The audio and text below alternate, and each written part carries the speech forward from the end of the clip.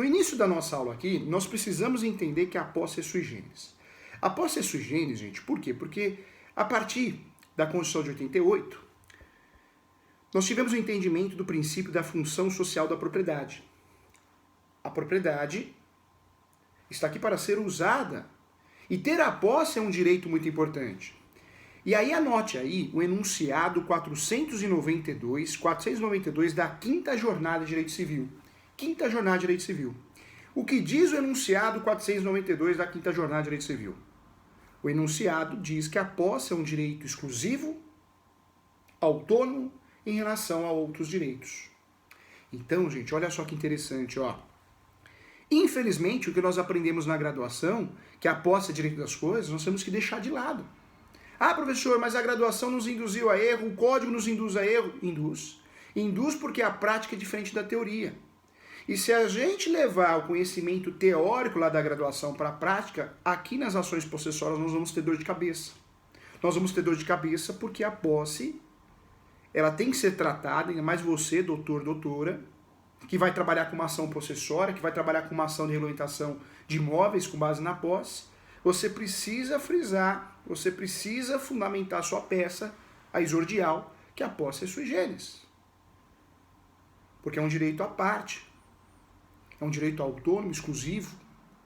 Cuidado. Nesse início da nossa aula de pós-graduação, nós precisamos entender, sim, que a posse é sui generis.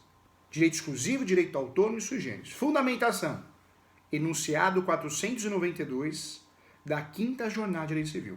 Professor, qual que é a fundamentação? Enunciado 492 da Quinta Jornada de Direito Civil. Esse é um dos maiores fundamentos que nós tivemos, de fato, classificando a posse como ela é. Muita atenção. Algumas diferenças devem ser notadas. Posse e registro. Nós aprendemos lá na graduação que a posse é direito das coisas, está errado.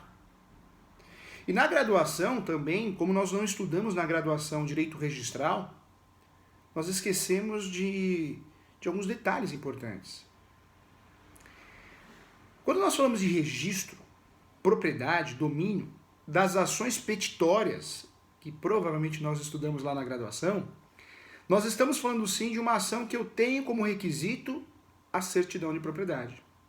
Não dá para fazer uma ação petitória, não dá para fazer uma ação de registro, uma ação de domínio, uma ação chamada petitória, sem provar a propriedade do meu cliente. A propriedade do meu cliente. E só existe um documento que eu posso provar a propriedade do meu cliente. Apenas um. Um documento. Certidão de propriedade. Certidão de matrícula. Certidão de transcrição. Se o advogado ou a advogada não junta esse documento numa ação petitória, existe um equívoco muito grande. Existe um erro de objeto. Não foi juntada a prova conexa. Professor, o que é a prova conexa? É a prova fundamental, é a prova vinculada. Não dá para fazer uma ação de divórcio sem juntar o quê? Certidão de casamento. Porque como que eu vou pedir divórcio se eu não junto uma certidão de casamento para provar a existência do casamento? Como que eu vou fazer uma ação de alimentos se eu não vou juntar um documento provando a filiação, um RG, a certidão de nascimento? Como que eu vou pedir uma revisão de um financiamento imobiliário se eu não junto o contrato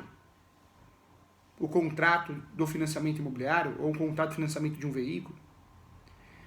Segundo a doutrina, alguns doutrinadores, de forma muito didática, criaram o conceito da prova conexa. Prova conexa é a prova básica, obrigatória em relação àquela medida judicial. Nas ações petitórias, eu preciso, em qualquer ação petitória, seja reivindicatória, seja emissão da posse, eu preciso provar a propriedade do meu cliente. A propriedade do meu cliente. E não existe meio buraco, né, gente? Não existe meio buraco. A única forma que eu tenho de provar a propriedade do meu cliente é a certidão de propriedade. E aí começa a confusão. Porque muitos advogados, muitos colegas, operadores do direito, juntam na ação reivindicatória, na ação de emissão da posse, outros documentos achando que é o registro. Outros documentos achando que vão suprir o registro. E está errado. É aonde muitos colegas operadores do direito acabam prejudicando o seu cliente, porque o processo, a ação é improcedente ou ocorre extinção do processo. Em alguns casos até sem resolução do mérito. Então falar de possessório e falar de petitórias parece ser algo teórico, mas é muito prático. É o dia a dia da advocacia civil, é o dia a dia da advocacia imobiliária registral. E quando nós erramos, eu já falei e falo menciono nos meus livros, que o erro nas ações imobiliárias é um erro que não fica só no pedido do autor da ação, dos autores, do nosso cliente. É um erro que também vai gerar prejuízos financeiros. Porque as ações imobiliárias, conforme o artigo 292 do Código de Processo Civil, são ações que os valores da causa são valores pecuniários.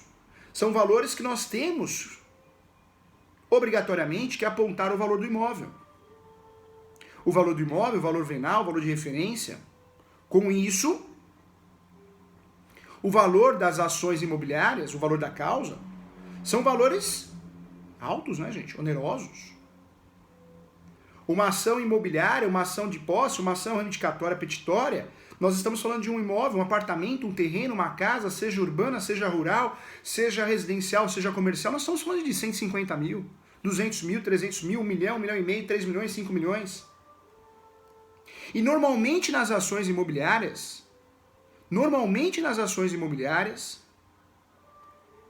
não tem justiça gratuita. Normalmente nas ações imobiliárias, o judiciário não tem concedido justiça gratuita. Porque se a gente consegue justiça gratuita, não tem sucumbência, não é isso? Para o advogado que está atuando no caso, sai um peso das costas. Sai um peso das costas porque, não tem sucumbência, pelo menos se perder a ação, meu cliente não vai ter um prejuízo financeiro. Mas nas ações imobiliárias, nas ações dos nossos clientes, nós precisamos tomar muito cuidado, porque normalmente não é concedida a justiça gratuita. Pelo valor da causa, pela situação, é uma briga de um imóvel. O judiciário no Brasil todo tem entendido que quem briga por um imóvel não pode ser considerado pobre na acepção jurídica. Sim, em alguns casos até conseguimos a justiça gratuita, mas é mais complexo conseguir a justiça gratuita, é mais difícil. Por isso, quando nós perdemos essas ações imobiliárias, além de perder o pedido, propriamente dito, do nosso cliente, deixar ele frustrado em relação ao seu direito, muitas vezes nós vamos ter que informá-lo que ele terá que pagar 50, 60, 100 mil, 80 mil, 200 mil, 40 mil de sucumbência porque perdeu a ação, quando ocorre o trânsito de julgado. Por isso, doutores, eu peço a sua atenção hoje, doutora, porque o nosso assunto é importante, nosso assunto é para evitar dor de cabeça, reclamação no OB, nosso assunto é importante para de fato a gente não errar a medida judicial. Vamos combinar aqui, no início da nossa aula de pós-graduação. Vamos combinar aqui. Posse é imóvel irregular. Professor, eu tenho a posse do imóvel, então o imóvel está irregular. A documentação imobiliária está irregular. Professor, o que é posse? Presta atenção aqui, Presta atenção aqui. Posse é qualquer outra coisa que não seja propriedade. Qualquer outra situação que o meu cliente tenha que não seja propriedade, o seu nome no cartório de imóveis, na certidão de propriedade atualizada, na certidão de matrícula, na certidão de transcrição, qualquer outra situação que o meu cliente tenha, é posse. Professor, meu cliente tem uma escritura pública feita pelo tabelião. É posse. Mas foi feita por um cartório, mas é posse. A escritura pública, ela não vai suprir a certidão de propriedade. Ela não vai substituir a certidão de propriedade. É posse. É posse. Quando nós falamos aqui de escritura pública, é muito comum um brasileiro, um leigo, e muitos colegas advogados de outras áreas, talvez que atuam mais em outras áreas como criminal, direito previdenciário, direito do trabalho, é muito comum também o operador do direito fazer confusão. Eu atendo no meu escritório, gente, muitos advogados de outras áreas. Eu estou fazendo uma defesa para um advogado que, na cidade dele, ele é um dos advogados mais conhecidos do direito previdenciário. E ele está certo, porque ele vai atuar em causa própria. Nós sabemos da dificuldade de atuar em causa própria. Nós sabemos da dificuldade de atuar num caso seu. Psicológico às vezes não ajuda, né? Sem falar que você não conhece da área, então você vai correr o risco de errar, você vai ficar estudando, e quando você estuda, mas você não tem uma experiência prática, você acaba errando também. Então tá certo ele, de contratar um profissional que realmente é da área. E quantos casos de colegas advogados de outras áreas, criminal, previdenciário, trabalhista, o professor tem lá no escritório? Porque é um ramo complexo, né, gente? O direito civil, no segmento imobiliário, é muito complexo, tem a ver com direito registral. Cuidado! Professor, eu tenho escritura pública. Cartório que fez. É registro? Não, é posse. Professor, eu tenho um contrato de gaveta, compromisso, promessa. É posse? É posse. Contrato de gaveta é posse. Professor, eu tenho uma carta de arrematação. Eu comprei, meu cliente comprou um imóvel no leilão e não conseguiu registrar essa carta de arrematação. O que eu tenho? Posse. Posse. Mas uma carta de arrematação, professor. Posse. Professor, eu ganhei uma ação de adjudicação compulsória. Eu ganhei para o meu cliente.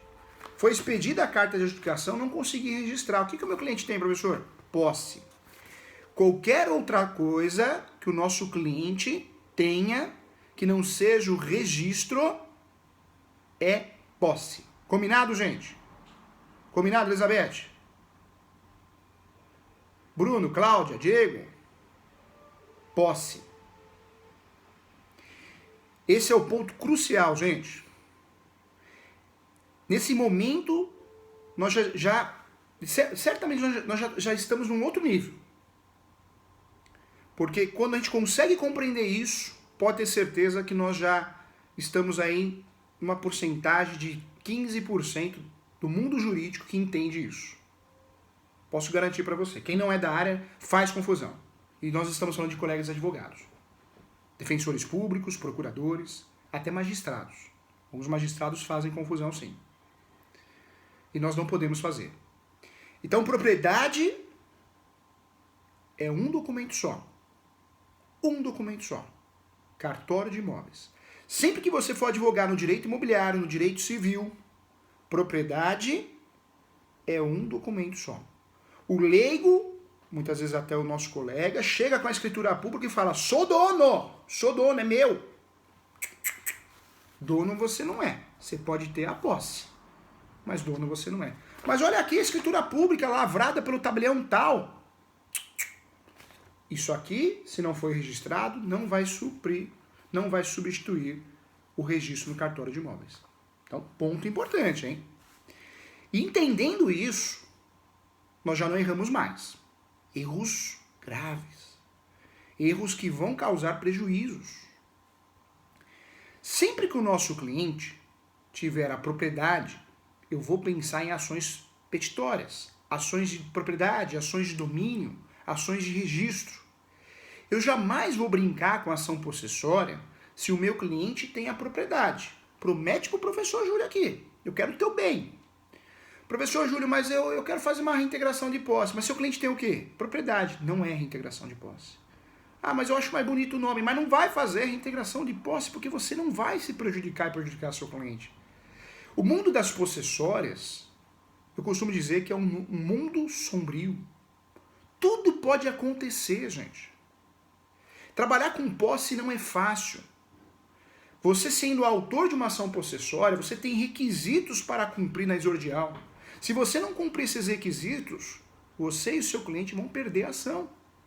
Vão perder a ação e vai ter a condenação, provavelmente sucumbência. Cuidado, tá? Cuidado. Nós não brincamos com as possessórias, porque quem brinca com fogo pode o quê? Qual que é o ditado, Elizabeth? Qual que é o ditado muito antigo? Quem brinca com fogo pode o quê? Se queimar. E brincar com as possessórias, pode dar muito errado. Porque possessória, todas as possessórias, as três, olha lá, Elizabeth respondeu. Todas as ações possessórias são traiçoeiras. Doutores, com muito amor e carinho. O direito não é fácil. O direito é complexo, muito complexo. Por isso eu defendo uma postura de quem faz tudo não faz nada. Ah, professor, eu atuo na área previdenciária, mas eu atuo no criminal também, eu atuo no civil também. Cuidado. Pode ser que no início de carreira você pode até fazer isso. Mas passou ali aquele início, que é os 2 primeiros anos ali, você já tem que escolher uma área e é essa área que eu vou tocar o barco. Só assim você vai ser conhecido, só assim você vai virar autoridade, só assim você vai entender do assunto, porque não dá, gente. O direito é muito complexo, é muita informação. Como que você trabalha com LOAS, aposentadoria, que são, sim, teses, súmulas diferentes, justiça, né, federal. Como que você vai atuar na área civil, na área criminal, na área trabalhista? Não dá, você vai ficar louco, maluco. Por isso nós precisamos fazer escolhas.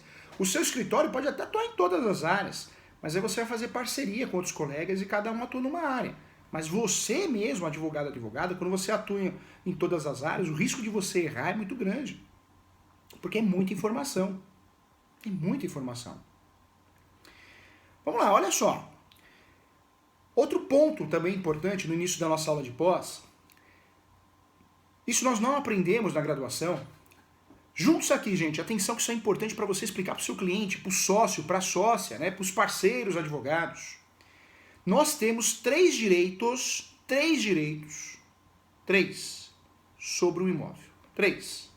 Isso é prática, hein? Primeiro direito que nós temos sobre o imóvel, o direito de propriedade. O direito de propriedade. O direito de propriedade é o que todo mundo quer, certamente é o mais seguro. Tem até um ditado, só é dono quem registra. Realmente é. Mas é tratado como um direito à parte. Um dos direitos que nós temos sobre um bem, móvel ou imóvel. Direito de propriedade, que segue a Lei 6.015, a Lei de Registros Públicos, todo o regramento. Segundo direito que nós temos sobre o imóvel. Atenção aqui, gente, isso aqui é importante, hein? Segundo direito que nós temos sobre o imóvel. Os direitos possessórios. Os direitos possessórios. O primeiro, direito de propriedade. O segundo, direitos possessórios. Os direitos possessórios, conforme a doutrina, a jurisprudência atual, prática, vida real, não mundo de Bob, Peter Pan, na graduação. Na vida real, nós temos então a posse como um direito sui generis, exclusivo, autônomo. A posse eu posso comprar, eu posso vender. Sim, senhor, sim, senhora, não tem nada de errado. Qual que é o contrato correto que eu vendo a posse, gente? Qual que é o contrato correto que eu compro a posse? Cessão de direitos possessórios e afins. Professor, sou advogado, vou comprar um terreno irregular. Sou advogado, vou comprar um imóvel irregular, um sítio, uma chácara, um imóvel na praia, um imóvel urbano, comercial. Como que eu compro esse imóvel, professor Júlio? Me ensina, me explica, por favor, explica. A forma mais correta de você comprar um imóvel irregular, com a documentação imobiliária irregular, não ilegal, hein? Irregular é uma coisa, ilegal é outra. Irregular é cessão de direitos possessórios e afins. Mas o brasileiro, o leigo e muitos colegas operadores do direito, vai comprar um imóvel irregular, qual que é o contrato que a gente usa? De forma errada. Compra e venda. Tudo é compra e venda. Tudo é compra e venda. Parece o Dr. House lá do programa que tem de humor. Tudo é virose. Não sei se você assistiu esse programa, esqueci o nome agora. Tá na TV, TV na TV. O que você tem, doutor? Virose. O que ele tem, doutor? Virose. Passou o caminhão por cima dele. O que ele tem? Virose. O advogado brasileiro, operador do direito, e o leigo principalmente, que dá para incluir corretores, né? Muita gente que atua no ramo, mas não tem conhecimento específico, tudo é compra e venda, gente. Tudo é compra e venda. E está errado. Porque nem tudo é compra e venda. A compra e venda, o contrato de compra e venda, tem regras. Acima de 30 salários mínimos, nós temos que fazer o quê?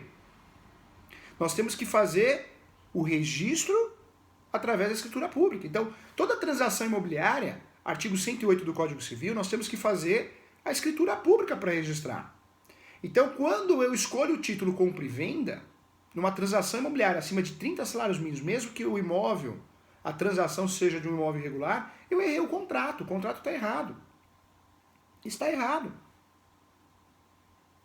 e vai criar um prejuízo para o cliente, vai criar um prejuízo para as partes envolvidas, porque não é o contrato certo. A posse, que é o segundo direito que nós estamos tratando aqui, é um direito sui generis, enunciado 492 da Quinta Jornada de Direito Civil, direito autônomo exclusivo em relação a qualquer outro direito. A posse não tem nada de errado você vender ou comprar, é a famosa transmissão de posse derivada. Nós temos a transmissão da posse originária, então os seus pais, os pais do nosso cliente deixou para ele, posse, o imóvel irregular, então ele recebe a posse de forma originária, ou entrou no imóvel, invadiu, mas a posse pode ser comprada e pode ser vendida. Então você que é da pós-graduação, você que está aqui comigo num sábado, eu dou muito valor, hein, gente? Muito valor para você. Você acha que a classe do direito é estudiosa igual você? Não é, gente. Foi feita uma pesquisa que revelou aí que somente 16% dos bacharéis de direito continuam seus estudos. Então você que está fazendo pós-graduação no sábado, parabéns para você. Se sinta diferenciado. Se sinta estudioso, porque você é. Porque só 16%, somente 16% dos bacharéis em direito continuam seus estudos. É uma vergonha, né? Até o curso de administração está na nossa frente. Turismo. Então você é diferente. Depois vamos falar que é sorte. Presta atenção aqui, olha só. Professor, vou comprar um imóvel irregular, meu cunhado, meu parente, meu cliente. Qual que é a orientação que eu vou dar para ele comprar um imóvel irregular da forma mais segura? Fazer o contrato correto. Cessão de direitos possessórios e afins. Tanto para comprar ou para vender posse, esse é o contrato correto, tá, gente? Esse é o contrato que deve ser usado. Esse é o contrato correto. Não tem nada de compra e venda, não. Eu vou voltar nos títulos do contrato, você vai entender tudo. O encontro de hoje é uma imersão no direito imobiliário, hein? Você vai entender de verdade. Prometo para você. Fique comigo até o final aqui. Olha só, gente. Nós temos, então, o direito de propriedade, que não é absoluto. Ah, professor, o imóvel está no meu nome, eu estou seguro totalmente. Ninguém tira, professor Júlio, ninguém tira o imóvel do bem. Não é verdade, né, gente?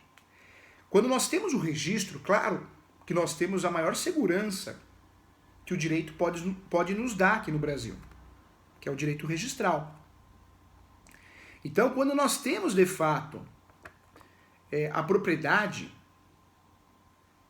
é sim uma situação da mais segura. Com certeza, não tenha dúvida disso. É a mais segura. É muito melhor ter registro, ter a propriedade do que posse. Posse é totalmente seguro. Mas eu não posso bater no peito ou virar para o meu cliente, fique tranquilo, hein? Nunca, jamais vão tirar esse imóvel de você. Não posso fazer isso. Não posso porque é uma segurança relativa. Não existe segurança sobre um bem absoluta no Brasil. Não existe, hein? Superior Tribunal de Justiça que defende isso, inclusive, hein? Eu também defendo isso nos meus livros, hein? A segurança, gente, é uma segurança relativa. Por que relativa? Porque a Elizabeth que está fera hoje, o imóvel pode ser desapropriado. Pode, e você sabe o que acontece, hein? Recentemente, né, o pessoal que mora no litoral, lá o aeroporto de Itanhaém, né, litoral sul de São Paulo, muitos lugares, né, duplicar uma via, rodovia, desapropriação acontece todo dia. Além da desapropriação, tombamento, né, gente? O imóvel, quando declarado de valor cultural e artístico, que pode ser declarado pela União, pelo Estado e pelo município, ele vai ser tombado. Você continua sendo dono, proprietário, mas vai bater um carimbão lá na sua matrícula. E quem tem imóvel tombado, o professor que tem imóvel tombado sabe o que está falando? Imóvel tombado, gente, é um elefante branco, porque assim, como que você vai vender esse imóvel? Só se você achar um super mega interessado, porque você não pode bater um prego na parede sem autorização. Professor, tombaram meu imóvel. Parabéns, você ganhou um elefante branco, você não consegue nunca mais vender esse imóvel, só se for uma raríssima exceção. Então, o que eu estou falando aqui é a prova que o registro nunca foi e nunca será uma segurança absoluta, uma segurança relativa. Mas dentro do sistema brasileiro, dentro do nosso sistema registral, é a maior segurança que nós podemos ter sobre o imóvel. Primeiro direito então, gente, vamos lá, essa turma é legal, gostei dessa turma, energia boa. Primeiro direito que nós temos então sobre o imóvel. Direito de propriedade. Segundo direito que nós temos sobre o imóvel. Direito de posse. Direito de posse. Sui generis, exclusivo, autônomo. Fundamentação, enunciado 492 da 5ª Jornada de Direito Civil. Que inclusive eu defendo no meu livro. Esse livro aqui o professor explica também porque a posse é sui generis. Olha só que interessante, gente. Ó, mais um ponto importante. Nós falamos que nós temos 3 direitos sobre o imóvel. Então nós falamos do primeiro, direito de propriedade. Falamos do segundo, direitos possessórios. Vamos para o terceiro? Professor, qual que é o terceiro direito que nós temos sobre o imóvel? Qual que é, professor Júlio? O terceiro direito que nós temos sobre o imóvel. O terceiro direito que nós temos sobre um imóvel, mas poderia ser um bem imóvel ou imóvel, é o direito das sucessões, direitos hereditários. Claro que os direitos hereditários, você só recebe esse direito quando acontece o evento morte. Então, é um direito que está ali. Está ali paradinho. O cidadão brasileiro só vai receber esse direito quando tem bens a partilhar e o evento morte, o falecido, de cujos. Senão, não tem. Professor, e essa classificação, ela é didática? É a mais didática e corresponde à realidade dos negócios imobiliários, das transações do mercado imobiliário. Enxergar dessa forma, gente, nesse encontro de pós-graduação, é você conseguir enxergar a realidade e não errar as ações, não errar os contratos, não errar os negócios que você foi contratado como advogado, advogada, para dar parecer, consultoria. Então, muita atenção em relação a isso. Precisa entender isso e não guardar, entender mesmo, até para explicar para os seus clientes, para explicar para os seus sócios, sua sócia, sua parceira, porque infelizmente não ensinaram desta forma correta na graduação. E da graduação, se você não tem a oportunidade de um encontro para poder encaixar as peças, os quadrados, o quebra-cabeça, até você entender isso, você vai sofrer. Vai fazer ação petitória quando era para fazer possessória, vai fazer possessória quando era para fazer reivindicatória, vai fazer contrato errado com o título errado, que vai dar nulidade. Vai sofrer e vai atrapalhar a vida do seu cliente, porque vai gerar inúmeros prejuízos. Prejuízos financeiros. Então, professor, quantos direitos nós temos sobre o imóvel? 3, hein? 3. Isso aqui já valeu o nosso encontro, é o pulo do gato, hein? Isso aqui é a vida real, hein? Mundo real. Primeiro direito que nós temos sobre o imóvel, direito de propriedade. Registro. Registro é uma coisa só, não tem meio buraco. Meu nome no cartório de registro de imóveis, na certidão de propriedade. Meu nome no cartório de registro de imóveis, na certidão de propriedade. Registro. Antes 73, transcrição. Após 73, matrícula.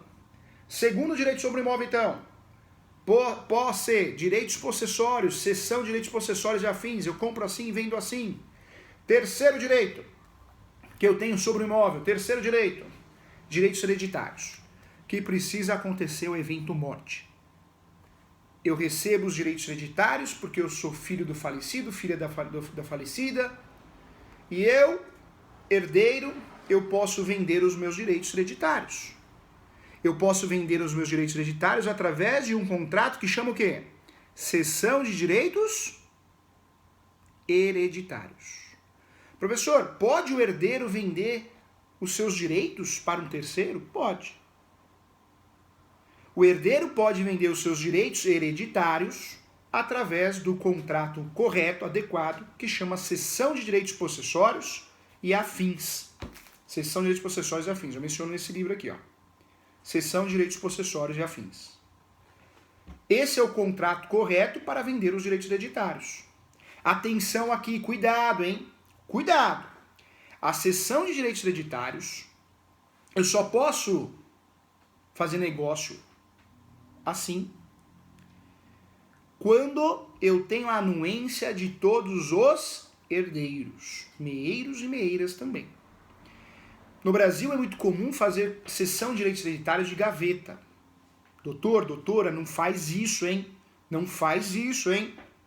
Você que está comigo aqui nessa aula de pós-graduação, Eu não vou deixar você fazer isso. Eu quero o teu bem, eu quero o seu sucesso profissional. E quero o bem do seu cliente também. Tá cheio de advogado que faz cessão de direitos, gaveta, papel, Word, digitado, né? Não pode. Cessão de direitos hereditários eu preciso tomar muito cuidado, muito cuidado.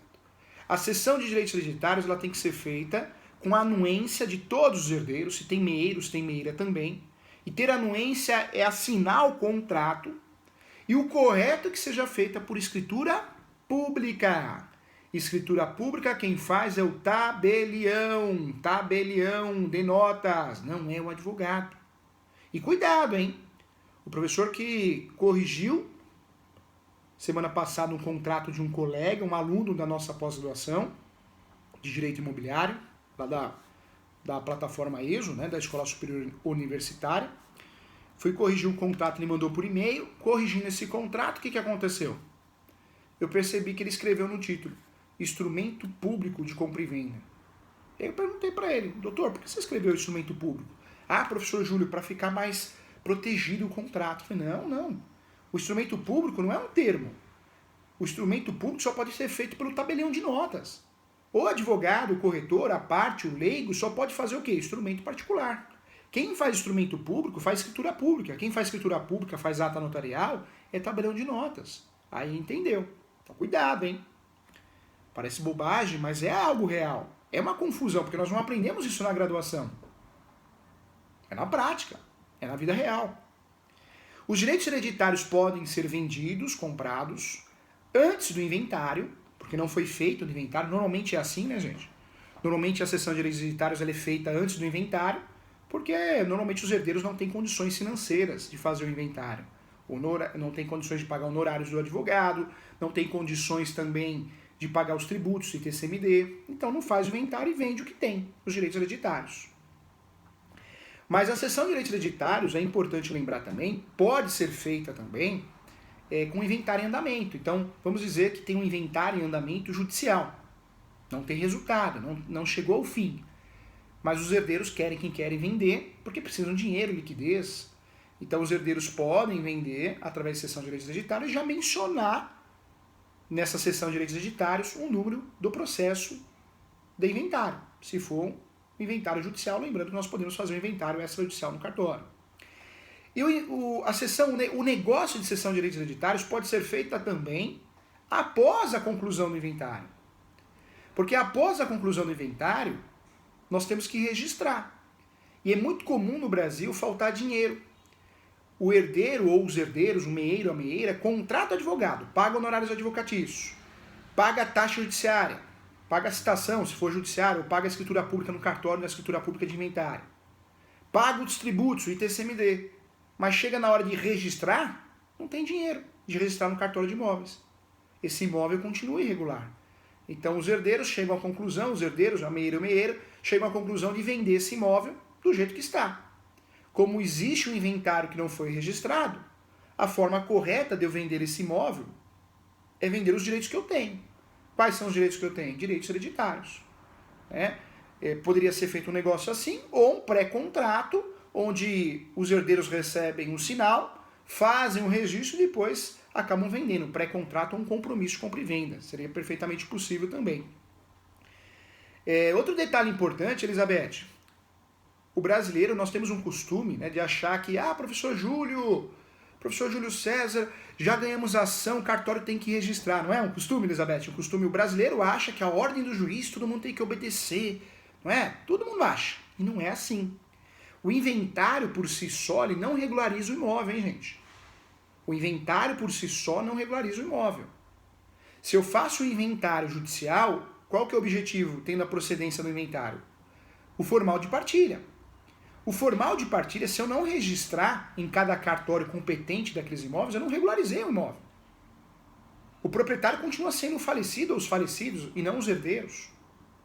Para que os herdeiros se tornem proprietários, coproprietários, eles precisam registrar o formal de partilha. Ou registrar a escritura pública, né, gente? A escritura pública de inventário. Por isso, muitos brasileiros, o leigo e muitos colegas operadores do direito, pega o inventário, entrega na mão do cliente o formal de partilha ou a escritura pública de inventário e fala, tá aqui, ó, o filho é seu, muito obrigado, meu serviço acabou.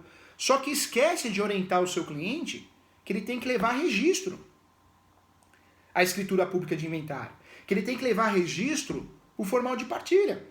Porque se ele não levar registro, o que vai acontecer? O imóvel vai continuar irregular. É uma realidade, né, gente? É uma realidade. Então precisamos tomar muito cuidado com isso. Temos que orientar o nosso cliente. Isso acontece no divórcio, né? Quantos colegas advogados, advogadas fazem um divórcio? É isso?